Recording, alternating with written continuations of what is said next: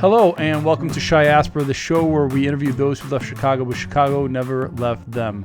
We have an amazing writer, producer, director, and actress. She has that background too. She has a new documentary movie out that it's doing amazingly at all these film festivals, and one which I met her at for the movie Unbroken. This is Beth Lane. Hi, Mark. Hi. It's great to be here. I'm so glad you're here. So yes, we went to the LA Jewish Film Festival, and it just so happens that your publicist is a buddy of mine, and he's like, yeah, this is Beth, and we just started talking about Chicago, as one would if they were from there. I'm so excited about your new film. I want to know, we're going to talk about all things Chicago. I want to know about the film. How did did it fall in your lap? Did you meet somebody and you're like, I want to do this story? How did it happen? That's a great question. So Unbroken is about 7 Jewish siblings who were hidden for 2 years outside of Berlin during the Holocaust. And the youngest of the 7 siblings is my mom. Oh, of course it fell in her lap. That's cool. The film is actually my quest to understand the story. Oh. My mother was 6 years old when she came to this country, when she emigrated as a refugee from war-torn Germany. She and her 6 siblings came to America in 1946, and she has very few memories. And even the memories that she may have had as a 6-year-old, I think once you assimilate to your new country, your new family, your new life, memory falls away, right? Especially if they're not good memories, and you replace them with, just how are you going to survive and move forward and actually become a contributing member of society and a family and be a happy person. Yeah.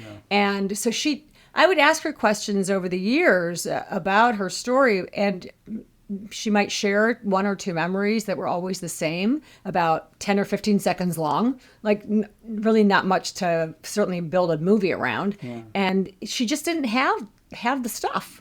So, do you feel like she didn't have the stuff because she didn't want to talk about it? No, she really didn't have memories. Oh, wow. Yeah. Think about it. Like when you were 6, how many memories do you really have before the age of 6? And a lot of them are from photographs that your family might have put into an album, or stories that your family repeats. Oh, remember that time he fell into the pool and ate a piece of birthday cake and stuff like that. And no, she didn't have that. Huh. So it's a story I've known my entire life, and I've also known that I knew nothing about it. So you decided, you're like, I'm going to just interview you. And did it come into you just started talking to her and you realized, whoa, there's a lot to this? And then you got your aunts and uncles and everybody else involved? How did it work? No. So I'll go back to the moment that I actually learned that my mom was adopted, which was not the same day that I learned that she was a Holocaust survivor. I don't really have a memory of when I learned she was a Holocaust survivor. It's just kind of something in my DNA that I've always known. I'm guessing I learned about that in around 3rd grade. I remember in Hebrew school, I went to Temple Sholem in Chicago on Lakeshore Drive, and I remember learning about the Holocaust in 3rd grade and feeling like, well, I'm a part of that group, and I don't know how I knew that. But I remember coming home from school in 1st or 2nd grade. I remember the moment precisely. And I came running into the kitchen saying, Mommy, there's this new girl in school, and she's from Germany, and she's adopted. Isn't that cool? And she and my brother and I sat down for our after-school peanut butter and jellies, and she said, well, you know someone who's adopted. And I'm like, well, who? And I don't know. I was 6. I was 6 years old. That is so cute. The same age that she was when she came to this country. So she had us guess.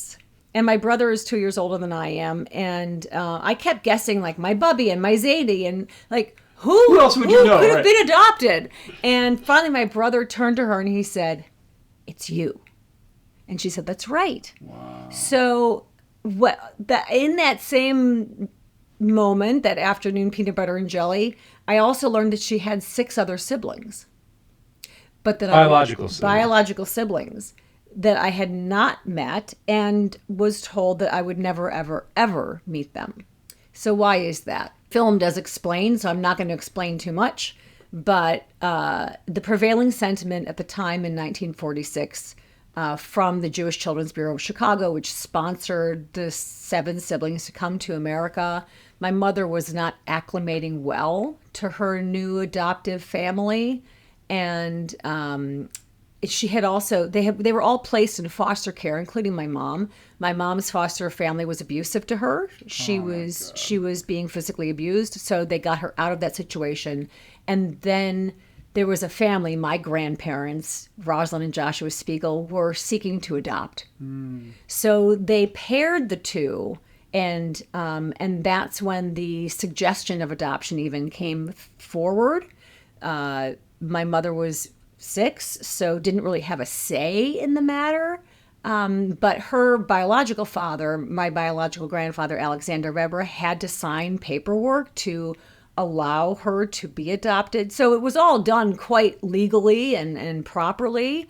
But for a short while, she still maintained her relationships, or the other 6 siblings were able to stay in touch with my mom, but it wasn't going well. She would visit with her biological siblings and come back home to my grandparents and have tantrums and take it out on my grandmother. And so my poor grandmother was like, what do I do with my newly adopted child? This is not going well. So the prevailing sentiment at the time was to sever ties. Oh my God. You know how hard that must have been? Oh my gosh. I mean, to think that, first of all, this is the only family of 7 Jewish siblings known to have survived together and to have emigrated together. In all of the United States Holocaust Memorial Museum's research, they are the only family. You know what's so funny? This movie also coincides recently. I assume you might have at least heard of it, is the Hulu show, We Were the Lucky Ones? Yes. Which is another great survival story. Different, obviously, but it reminded me of that. And I was like, that's an amazing situation. Obviously, even myself, I have yet to see it in a festival, but I'm excited to, because I want to see how that goes down, because there's probably, I don't know, you don't want to spoil it, but I would love to see a reunion. I would love to see how that goes. So yeah. Stay excited for sure. But you made things happen. Isn't that's the cool part? So that's the thing, so that's when I learned that she had all these siblings. I was told I would never ever meet them. And we'll fast forward 40 years. Yeah. And I won't say too much about it, because you're right. You got to come to festival and see the movie. Or people can bring it to their communities now. Like we have distribution, so if they want to bring it to their community, they can. Are you trying to bring it to Netflix, Amazon, anything like that? I have great sales agents, and everything is going along the course that it needs to go on. But usually that's how it goes. The festival will do its thing. And then hopefully something picks up. Congratulations for getting this far. Thank you. It's awesome. Thank you so much. So 40 years. So 40 years, and so my mom did reunite with her siblings, and I got to meet her siblings. This is in 1986. By 1996, The Long Way Home, I want to say 94 or 96. It came out, and my mother was in the theater seeing it. It's a documentary, an Academy Award-winning documentary that has a clip of our family from newsreel footage. Wow. And she just saw it? So my mom is in the theater, and she sees herself on screen, and she screams. Wow. Oh, my gosh. Also at the same time, in 1994, what a good story. That's when the United States Holocaust Memorial Museum opened in D.C. Yeah. And my uncle, Alphonse, living in Gaithersburg, Maryland, decided to go and tour the museum. And, you start at the top and you wind your way down 3 floors. And he came down to this final gallery of refugees and people who emigrated to America. And he sees a picture of himself and the siblings in the museum. So these are 2 things that were definitely catalysts for head scratching moments. What on earth? And so for myself, I had tried writing about it. I've always been as an actress, I have a very vivid imagination. I was very curious about my birth grandmother. What would it be like if I ever met her? I certainly didn't know all that much about my birth grandfather really until this research project. And I will now fast forward to 2016. My Uncle Alphonse and I had a plan to go to Germany together so that I could see Germany through his eyes. And unfortunately, he became gravely ill and passed away. And it wasn't meant to be. However, he had already begun the process of collecting enough research and information to make an application to Yad Vashem to honor the farmers who hid my mom and her siblings. Wow. So that their names could be part of the granite walls in the Gardens of the Righteous.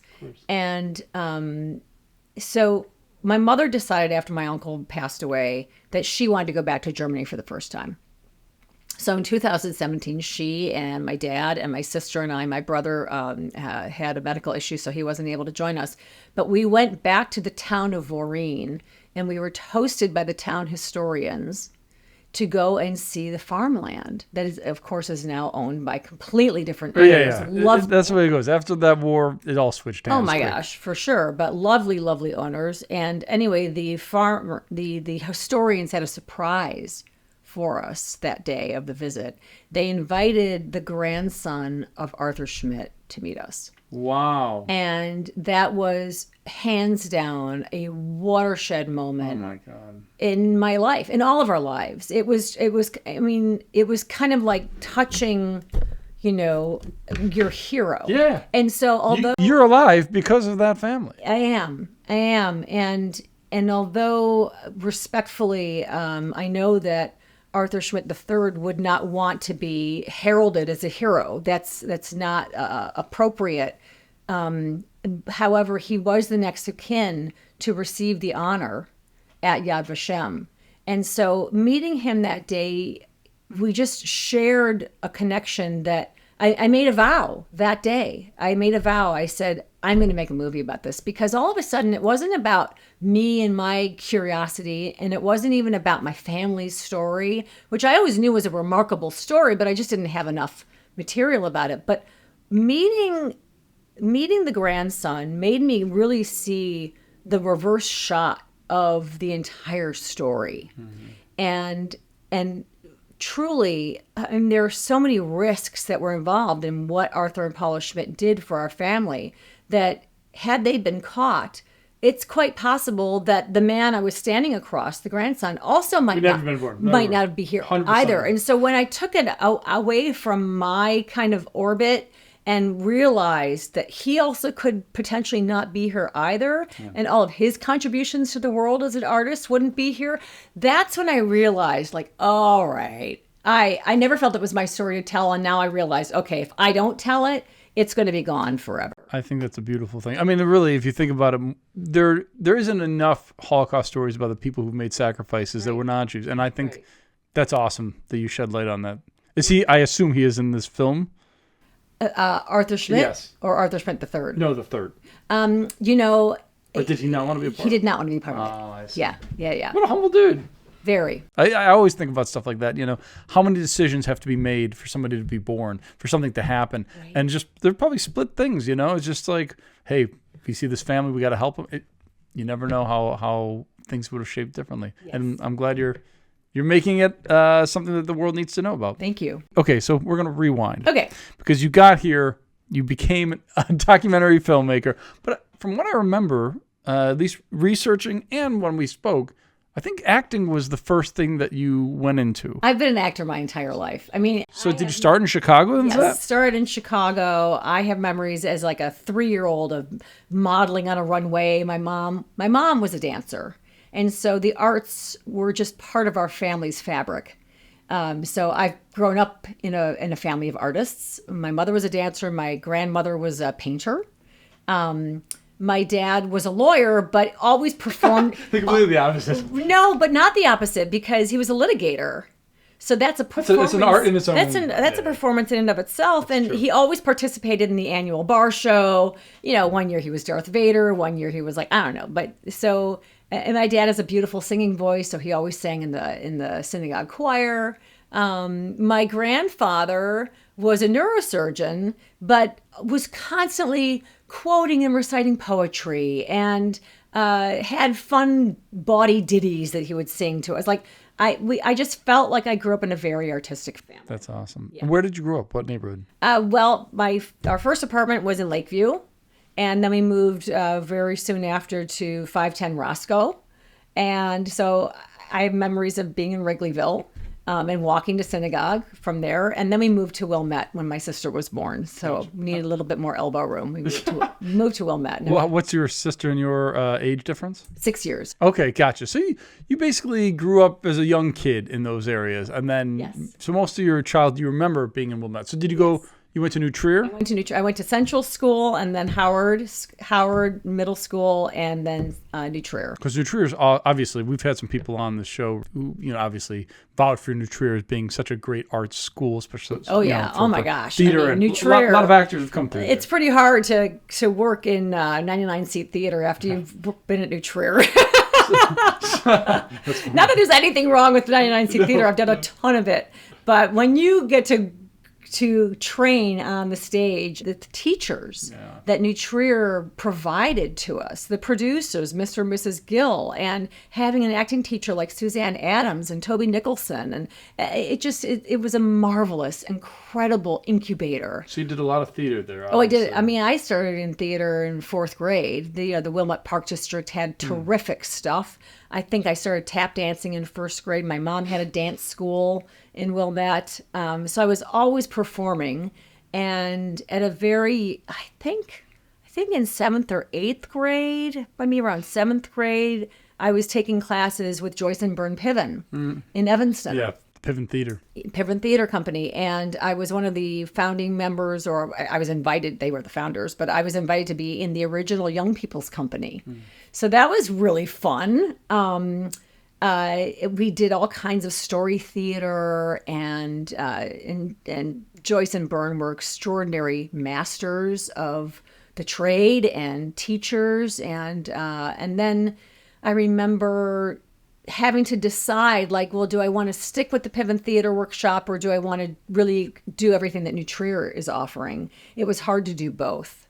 And I remember choosing New Trier and Joyce not being very happy with me because they had spent a lot of time. Yeah, they invested in teaching They had you. invested in teaching in me. And so I can understand But why. they should be proud of you, the fact that you made your own decisions. Well, but I get it. Yeah. You don't invite that many people into your company. And when one doesn't stick, that's disappointing. Yeah. So I understand that, and or I do now. I'm not so sure I understood it then, but I certainly do now as an adult. And the work that they do, and all of the wonderful artists that have come out of their training is prolific. Yeah. I mean, between Joan Cusack and it's their own kid. Yeah, and Shira Piven, who has a fabulous film on the festival circuit right now. Yeah, what is that? The Performance. What is that?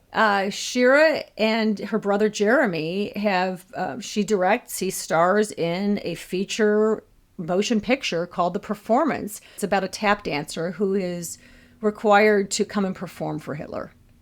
Oh. It's like extraordinary story. So this movie's on the film festival circuit right now? Yes. Okay, great. Yes, it is. Check that out. You basically go to New Trier, you get, and obviously you were in those companies. Where'd you go for college then?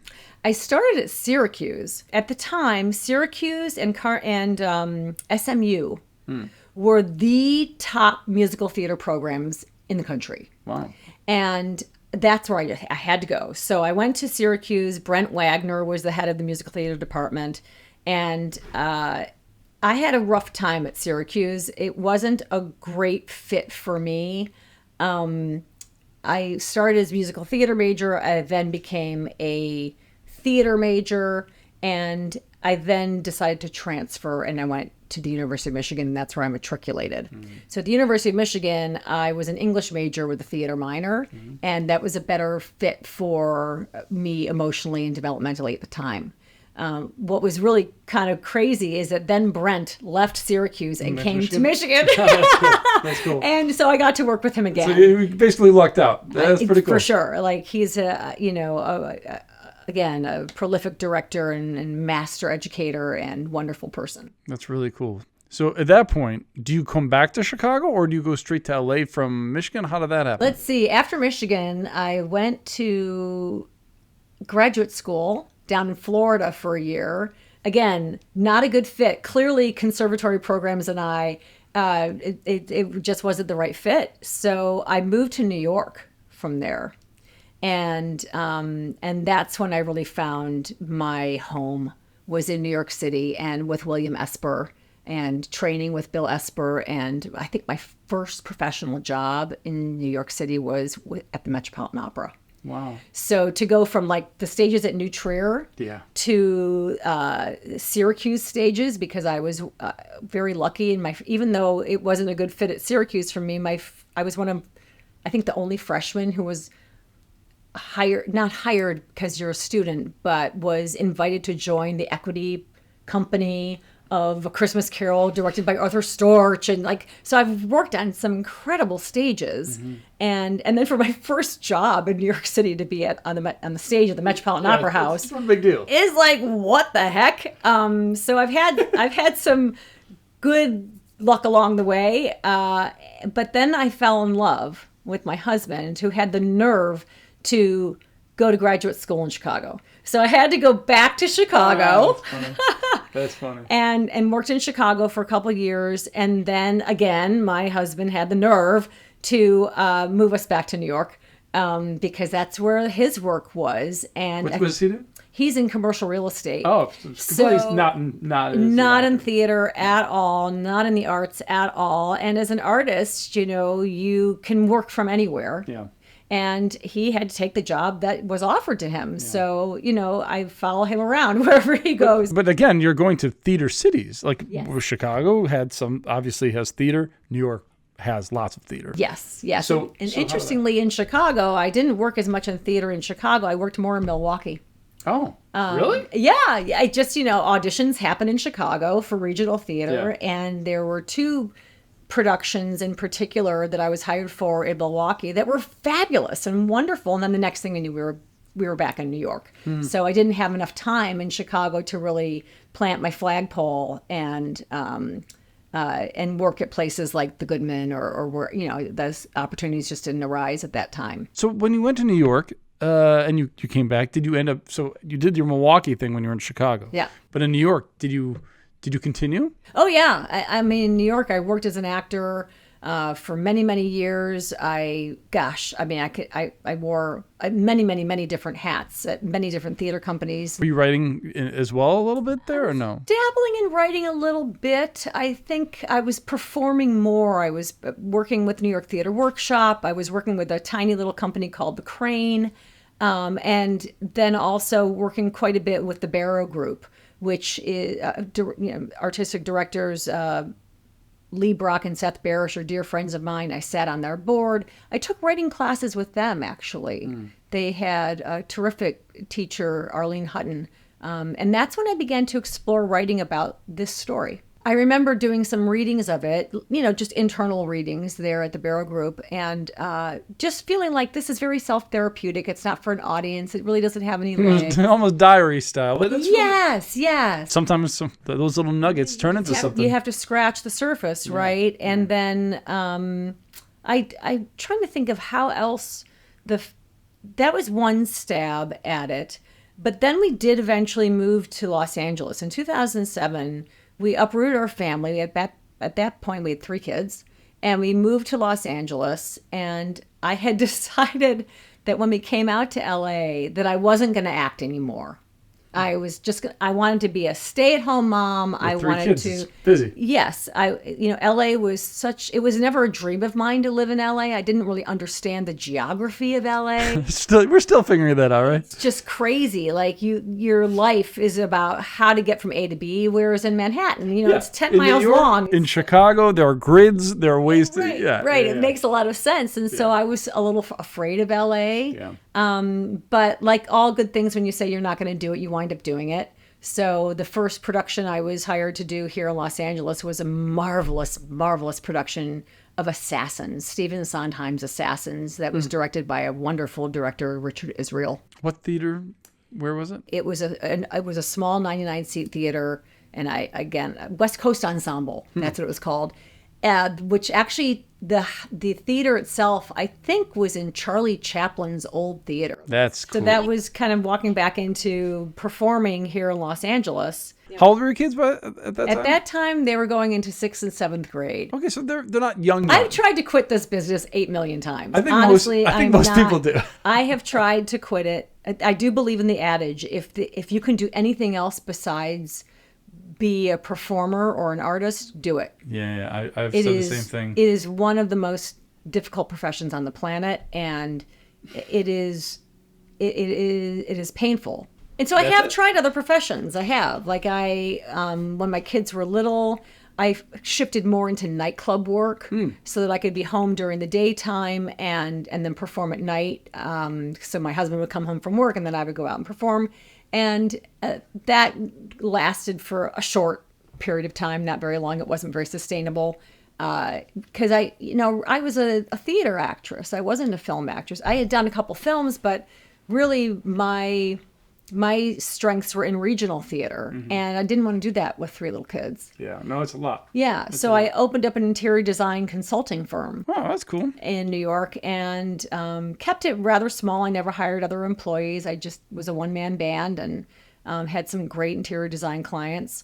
But again, when we moved to LA, I just decided I want to see what's going to come. As Michael Jordan says, let the ball come to you. So I wanted to see what balls were going to come my way, and just hang out with the kids. So we did Assassins, or I did Assassins with West Coast Ensemble, and that was terrific. But I'll fast forward to when my kids went to college, when we were doing all of their college tour visits. Like, where should we go to college? Which honestly was more for me than for them. As the person who was going to be, my husband and I were responsible for paying for 3 tuitions. I'm like, I kind of want to know where my money's going. So I'm the one who wanted to go see the colleges. And when I stepped on all these college campuses, even though none of my kids are performers, I realized, oh my gosh, that's where all the money is. Like, we can build great sets. We can get the license rights to different plays and musicals. Like, wow, I want to hang out in academia. This is cool. This is really, really great. So when I came back from those tours and my kids were leaving the nest, and it's like, okay, now I really have a lot of time on my hands. And I had been doing a lot of philanthropic work here in Los Angeles. I was very happy, supporting and volunteering at my kids' schools. I was involved with my synagogue, Leo Beck Temple, on the Arts and Furnishings Committee. And really my pet philanthropy is called the Children's Burn Foundation, where we are the only burn foundation in the country that helps child burn survivors from the onset of their injury all the way through young adulthood. Because when you have a burn injury, it takes years and years and years. Oh, it's mental, it's physical, it's mental, it's all of it. It's all of it. And so our organization not only helps the child survivor, but the entire family, as well as we have a big education component where we go into other countries and help educate medical professionals about how to treat burns, things like that. So I was very engaged and involved in the community. But it was after my kids were launched and went to school, I was like, I want to go back to school. And so I did. I enrolled at UCLA in the School of Theater, Film, and Television. I was in a cohort of 8 students. And the one thing that our professor said to us in our audition process, as well as in our accepting the invitation, was, if you're interested in learning how to create your own work, as opposed to sitting around and waiting for the phone to ring, this is the place for you. If you're more interested in becoming another educator or a teacher, that's fine, but you're not going to get the pedagogical training here that you might somewhere else. I find that really interesting. In fact, I would think, I know it sounds weird, at UCLA, I would almost think it would be like the opposite. I know. I wouldn't think that they're like the go-getters of like, let's bootstrap it, do what you got to do. Yeah. And so I think, like any university, you can get out of it what you put into it. Yeah. And I went to Voreen, and we went to my mom's place of rescue that summer, that fateful summer I was telling you about. That was in 2017, and that was in between my second and third years of graduate school. And that's what triggered it. You're like, oh. It is. It absolutely is, because when we met the grandson of the farmers, I literally was standing on this farmland, looking to my left and looking to my right and saying, where the heck is the film crew? Yeah. Like, this is just great. That was my question originally. I was like, were the cameras rolling when you met? No, this is beforehand. No. We didn't even have a translator with us. Like, I speak no German. I still speak no German, which is terrible. Do you speak any Yiddish? A little bit. I got things like ungepatchka and stuff like, but no, I don't really, can't say I speak it. I have a phrase here and there. But thank goodness our hosts spoke pretty good broken English. And so I came back to campus realizing I had to make a movie. And so I remember reaching out and having a meeting with I believe at the time, I think he was the dean of the documentary department, documentary film division, but Vince Brook was the professor with whom I met. And I really explained the story, and he said, you must make a film. And I'm like, but how? I don't know how to do this. You didn't direct anything up until that point, is that correct? I've directed, but nothing in a commercially viable medium, nothing that I would put on my resume that I have directed this. But would you say this is your coming out party in terms of filmmaking? This is my directorial debut. So that's what I'm saying. Hands down, for sure. Which is for sure. That's awesome. Yeah, thanks. And so Vince was wonderful, and he introduced me to a professor, Christy Guevara Flanagan, who was teaching a 30-week course in documentary film and production. So it was lucky that it was my third year, so I had more time for electives in my schedule. And it was lucky that she was teaching this. UCLA is on a quarter system, so you have 4 quarters of 10 weeks each. And this was a 3-quarter class. And I remember walking into her office saying, well, I know I'm a theater kid, and I know nothing about cameras and lenses. I know nothing about like post-production. I know nothing about editing. But I have to make this movie. And, oh, by the way, our first principal photography shoot, like I knew enough about things like that because I'm an actor and I've been on a million film sets. I said, but my first principal photography shoot is at Yad Vashem in March. Can you help me? Wow. So you were, at that point, you already kind of were going, it was already going. Ball was rolling. When I make a decision that I'm going to do something, I just do it. But it's interesting because concurrently you're like, okay, I'm going to go to school for this and take this class while I'm filming still. I came back to campus. I said, I have to make this film. Can you help me? Right. My first responsibility was to continue my graduate studies as an actor in the theater department. Interesting. So I had to make sure that I didn't drop any balls with my degree. And I was able to take the first 10-week class and learn what I learned from the first 10-week class. Then I took the second 10-week class, knowing that I have this date looming in March for our first shoot. And that was a different professor. Kathy Wang was terrific. And she actually was instrumental in teaching me how to pitch. So it was, well, there were 2 things that Kathy in particular really made sure I understood, since she knew I knew absolutely nothing about how to make a movie. 1 was how to pitch, and 2 was your sound is more important than your visuals. You do not skimp on sound. No matter what you do, any visuals that you have, you can always work with in some way, shape, or form. But if your sound is bad, it's unusable footage. Yeah, they say that in film school all the time. Well, it's true, because it is true. For some reason, our psyche is just whenever it hits it, we can't process bad sound. Right. We can't process it, and so so I made sure that at Yad Vashem I brought a cinematographer with me, and then I hired a local cinematographer and I hired a sound mixer, and so we had a 3-person crew in Israel. And we shot for 3 days, and that was like kind of the beginning of the process. And I would say we were really in proof of concept for a good year or so before we really knew if there was a movie to be made.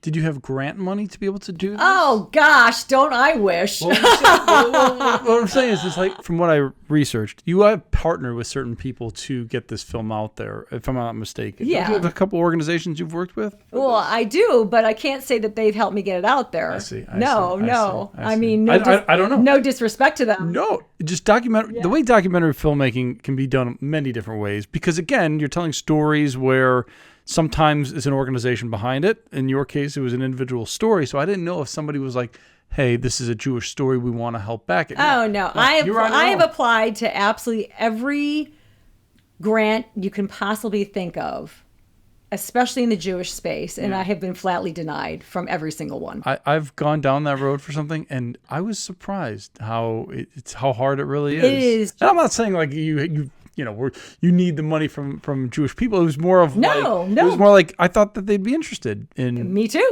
too, but that's okay. I do think in their defense, first-time filmmakers have a very, very hard time winning grants. But even now, I think I've proven my worth a little bit more, and we still get denied all the time. But whatever. Let me talk about the pitch and why Kathy Wang, Professor Wang, was so great at teaching me how to pitch. I remember having a practice pitch with a friend who's a bona fide producer here in Hollywood, and I was so scared. And he let me come into his office, and I pitched, and he gave me a couple notes, and particularly one note, which is kind of funny. He was trying to play both sides of the political spectrum. I see. And all I can say now is I categorically disagree. These are the decisions a documentary filmmaker needs to make. You have to make a decision. Are you going to ruffle feathers, or are you going to say what you want to say? It's just about being, honest to my own truth about why I'm telling the story that I'm telling. Yeah. What I can tell you is that 3 weeks after we came back from Germany, that very first time, before I even started to make the movie, was Charlottesville happened. There was a horrible, terrible experience that happened in Charlottesville, where white supremacists had planned for months and months and months on end to come and march in this teeny tiny, itty bitty, teensy weensy town. Not only was somebody hit by a car and killed, but there was also a black man in a parking garage who was beaten to, he was hospitalized for how long? Thank goodness there are fabulous lawyers in this country like Robbie Kaplan who took that case in particular and take all of the architects of that protest to court, sue them. I think they've all been fined things like $25 million, just extraordinary, bankrupting them with legal fees. Good. But she's also been able to write into law some language that has to do with combating anti-Semitism and bigotry and hate in this country. And how's that working now? Oh my God. I mean, how is it working now? Jeez. I'm really not quite sure what's going on with our government right now, but let's just say that let's rewind back to you were asking about how did I fund this film? And do you see these gray hairs? It's true. It's true. And so I'm lucky that I was in a position where I could bankroll. My husband and I were able to bankroll the initial seed money, but I did pitch to a friend early on, and a very, very dear, lifelong friend, the stepfather of my best friend, gave us our first check. That's awesome. And you need that for confidence. Oh, of course, like, hey, I'm doing the right thing, and then some sort of encouragement. Yes, and he was just wonderful, and continues to be wonderful, and so my husband and I decided very, very early on that we would not have any investors whatsoever in our production. We would only have donors.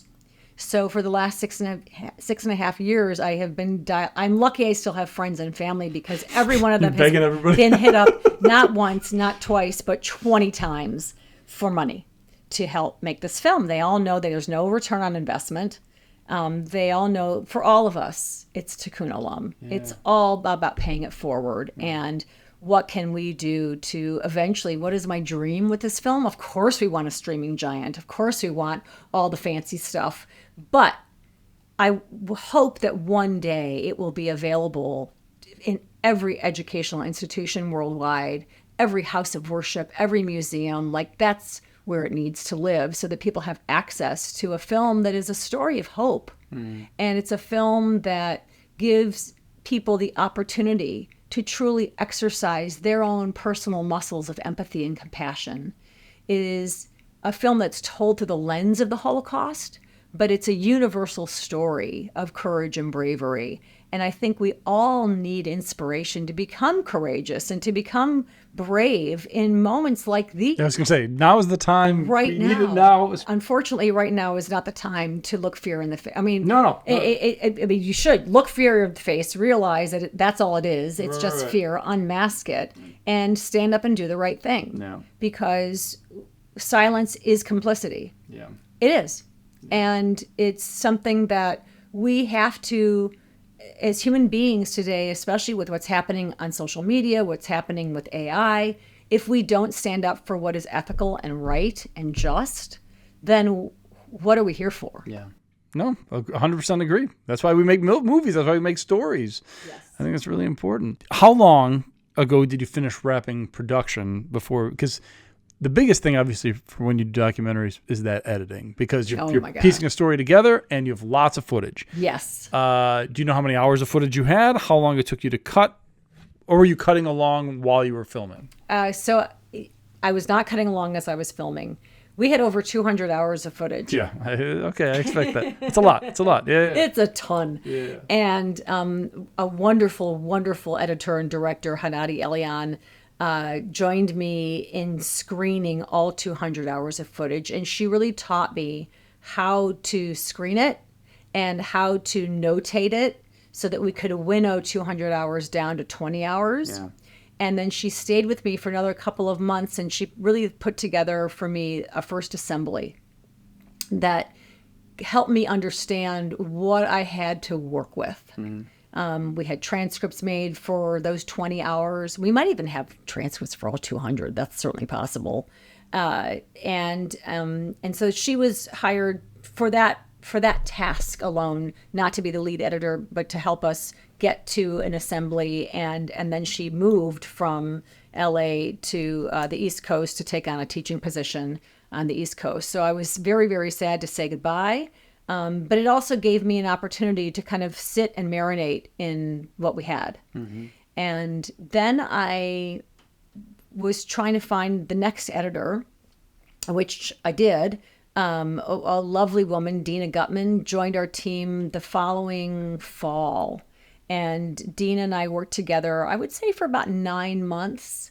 And we got to, I guess, what do you want to call it? We had several rounds of cuts, but the prevailing sentiment of the people around me that I was trusting to give me notes and so forth, Dina had another job to move on to, and I wasn't ready to move on.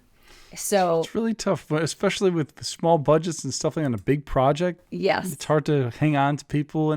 And I'm sure you understand when people have to go and do their thing and you're like, good, but it is, it's a grind. It is a grind. So how many years we're talking? Like 5 years in Well, post? so I started in 2017.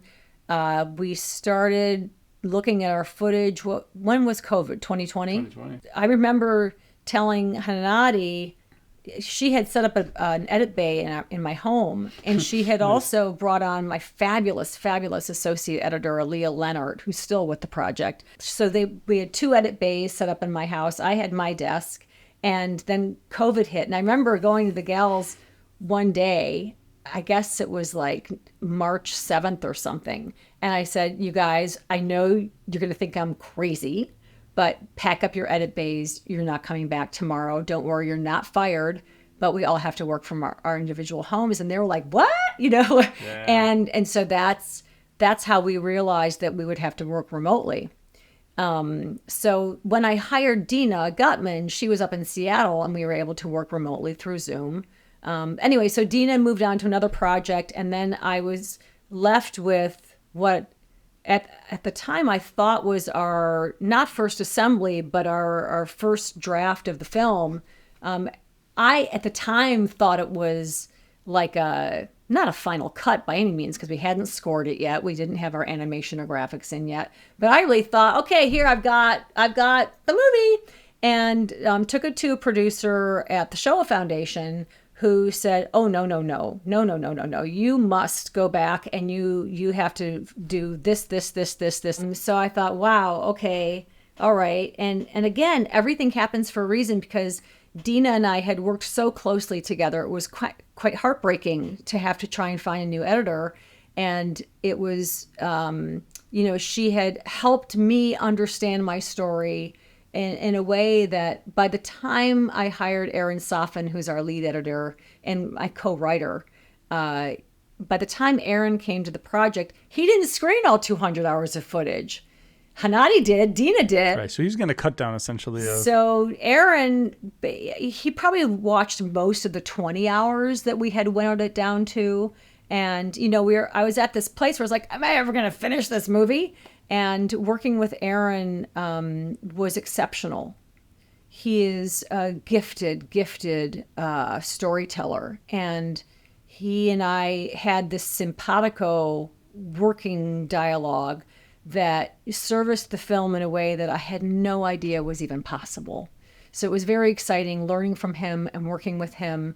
And then by February, I think it was, a friend of mine in the industry introduced me to Angus Wall. Angus Wall is the only editor to have won back-to-back Academy Awards.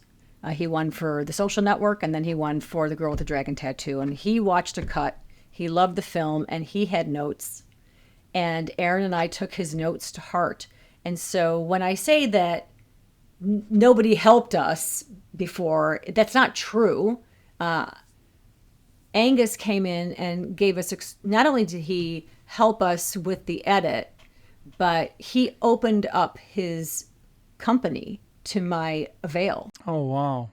And there were members of his company who advised me with producing, with post-production, and most substantially, Andy Hall, who runs Elastic, which is their animation and graphics department. Andy came in and really, really guided me through the animation process, along with, I had hired an animation producer, a wonderful guy named Josh Bowie, who helped us find our animators, but I still didn't have, as a first-time director, I didn't have the language to be able to communicate to the animators what I wanted. Mm-hmm. And so Andy was just instrumental in helping us develop our style of storytelling.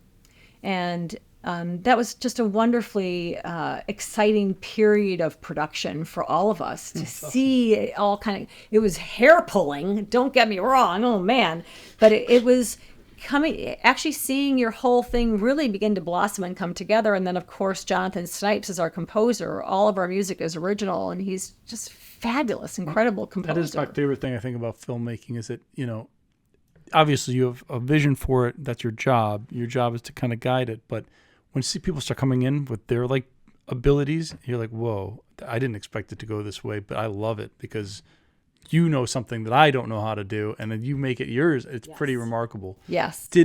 Just so I know, and I think you should tell the audience this. When people talk about documentary writing, it's very unless what you mean is writing like either a voice of God or some sort of narration. What do you mean by because it's not normal, there's a writer in narrative filmmaking, of course. Yes, of course. What about in documentary filmmaking? So I think every documentary is different. But this one specifically, I based all of my research and even my shoot schedule around a 40-page document that my uncle Alphonse had written called The Brief History of the Weber Siblings. So a lot of the narration, there were two things I did not want to do in my film. I did not want to have a Voice of God documentary, and I did not want to have a talking head documentary. So I wanted a character-driven narrative that told this story. And Aaron and I combed through that 40-page document to really craft Alphonse's character to help us, of course, with our exposition, but also to give the presence of Alphonse, since he had died and we don't have him on camera, how can we bring that character to life, and how can we bring my relationship with him and my relationship with the story to life in a way that is absorbable by the viewer. So writing this particular documentary, although the script is scant, it is, every word is a wordsmith within an inch of its life. That's really awesome. Yeah. That's really, really cool. Yeah. It's always good to give yourself boundaries that are helpful, that are guideposts of what you know that you do want, or you know that you don't want. And then you have to be flexible within that, of course. Right. But those were just kind of the beginnings of, I wanted the film to actually not feel like a documentary. I wanted it to feel like a narrative film, like with stories, with characters, which I love. Yeah. Not to pivot too much, but I want to know. So, first of all, have you filmed this in Chicago? Did anyone? Oh, we did a lot of filming in Chicago. Not filming. Have you shown this? Oh, yes. We just had 2 sold-out screenings in June in Chicago at the Chicago Jewish Film Festival. That's all. How was that? It was amazing. Our first night. It's funny to bring you back home, and you're like. It was incredible. Our first night we were in Highland Park at the Wayfarer Theater, and then our second night we were at the Gene Siskel Film Center. It was wonderful. A wonderful Q&A afterwards, and we received. We had a reception afterwards. It was great. In terms of other Chicago stuff, so do you go back a lot or no? I go back all the time. Aside from film stuff. Yes, my parents still live in Chicago. Oh, my sister lives in Chicago. My father-in-law. No one's in Wilmette anymore. They're all downtown. And my mother-in-law's in Oak Park. My brother-in-law's in Oak Park. Yeah, so we go back a lot. My mom gets so mad at me when I don't know where to turn, because I haven't lived in Chicago since 1991. Like, I don't remember all the streets anymore. It's terrible. Mm-hmm. Wilmette I do. Sure. But, she gets so mad if I use Waze. I'm like, I'm sorry, I don't know where I'm going. You're forgiven. It's okay. Thank you. I like to ask just anything that you specifically like to do in the city, any place you like to eat, anything that really, that you Jones for when you go to the city. I mean, the lakefront, to me, is just the most joyous thing about Chicago. And there's nothing like a good Cubs game. And yes, White Sox too. That's for you, Mickey Dorton. But I am a Cubs fan, and I miss actually participating more in the Chicago scene when I'm there, because we're so focused on family. Yeah, I know. We're the same. I know. And we're a big, let's throw dinner together kind of family. So I wish I could say that I had go-to places. I mean, we go to the Bagel all the time. Yeah, sure. Right. We all live at the Bagel. And and I assume your mom, your kids from this film, they're probably proud as hell of you. They are. Are they like, my mom's getting famous? Like, really famous. Again, like you said, you tried to quit this a billion times over, yes, right? Yes. Your kids have seen you, obviously it seems like you've been very attentive to their needs their entire life. And now, boom, they're out the house and mom just made a big movie. Like, they got to be like, whoa. I don't know, like, if someone right now, my mom came to tell me I just made a big movie, I'd be like, wait, what? I know you were into it, but like, I didn't realize. Like, I think that's pretty remarkable. I do think they are very, very proud of the film. They're proud of me. I think that they all, and they'll admit this, none of them thought that it was going to be as big as it is. And I thought it. But that's the best kind. You knew it all along. Sure. Everybody else can be like, and then all of a sudden. I'm definitely a go big or go home kind of person. Yeah. And perhaps they could speak more to things that they might have felt that I was committed to that weren't as successful. But I don't know what they would. I don't know. But I think they're definitely surprised at, like, wow, we just thought you were making. Like, there's this one scene in the movie that they're in, and they're all kind of grumpy, and they're all kind of like, they're not as engaged as one might hope. And I even remember leaving that shoot that day kind of irritated. Like, I can't believe they just didn't play ball for me. Da, da, da, da. And their feeling was like, oh, what is she doing now? Like, we're just. And so I don't blame them at all. But I do think that they have been surprised. And that's fine. That's good. I think that's beautiful. Honestly, I tell my kids, like, look, in this industry, we're throwing darts at all times. Yeah. We're doing other stuff or whatever. We have to make money, yada, yada. But you got to keep trying if that's what you, like you said, if this is what you wake up and do. But I think the most important thing that I want to share with your viewers and with any audience that is watching Unbroken is that it's certainly not about me or the movie. It is about what can we do to bridge conversations to be able to be human beings with our neighbors and share in our heartfelt miseries and joys. Like, what is it that we can do to remember that we each have a point of view and we might not agree, but we still have to take the trash out every day and wave to each other, right? And so, as I shared with you, we have no investors. We only have donors. My husband and I have established a foundation here in the state of California called the Weber Family Arts Foundation. It's a not-for-profit. So every donor gets a tax receipt for their donation, whether they've donated $5, $10, or $100,000. And so everybody gets a tax receipt, a tax write-off. But the mission of the foundation is to combat anti-Semitism, bigotry, and hate through the arts, but by telling stories of hope. So they're essentially, correct me if I'm wrong, they're essentially investing in you, your husband, to continue stories like these. Yes. And so Unbroken is the Weber Family Arts Foundation first project.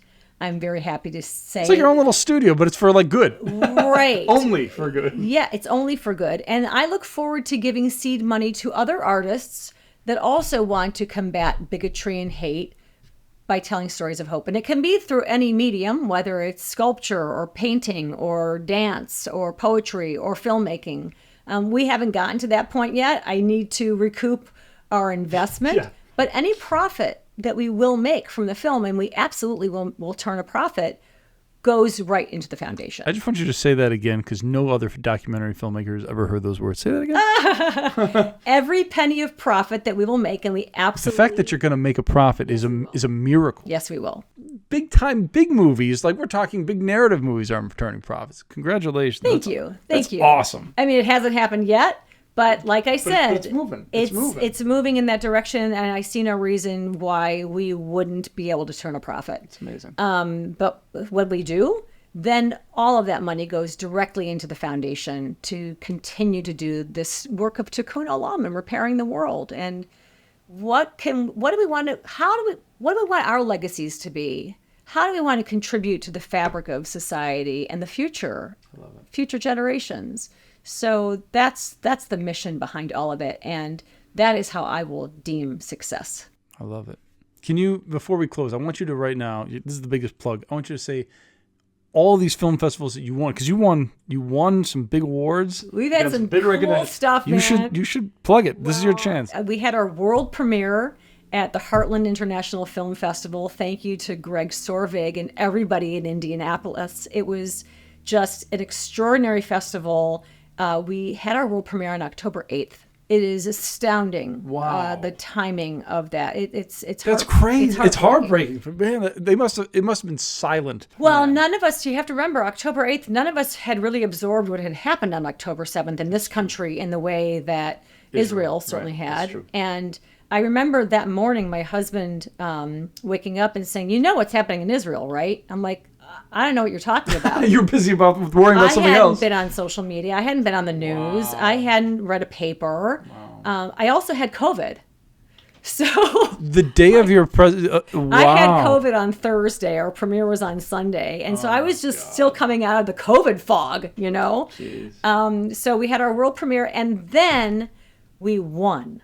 So a Heartland International Film Festival. It was best first documentary premiere. That's beautiful. Yeah. Then we won our first Audience Choice Award at River Run in Winston-Salem. That's a good one. River Run's awesome. Mary Dossinger is an incredible programmer. By the way, getting the Audience Award, I think, I would almost consider it better than some of the others. It's just, I mean, Audience Awards are everything. Yeah. Everything. That's who's going to watch your movie. That's right. That's right. Then we won the Audience Award at the Julian Dubuque Film Festival. Thank you, Susan Gorel, another incredible programmer and director of a festival.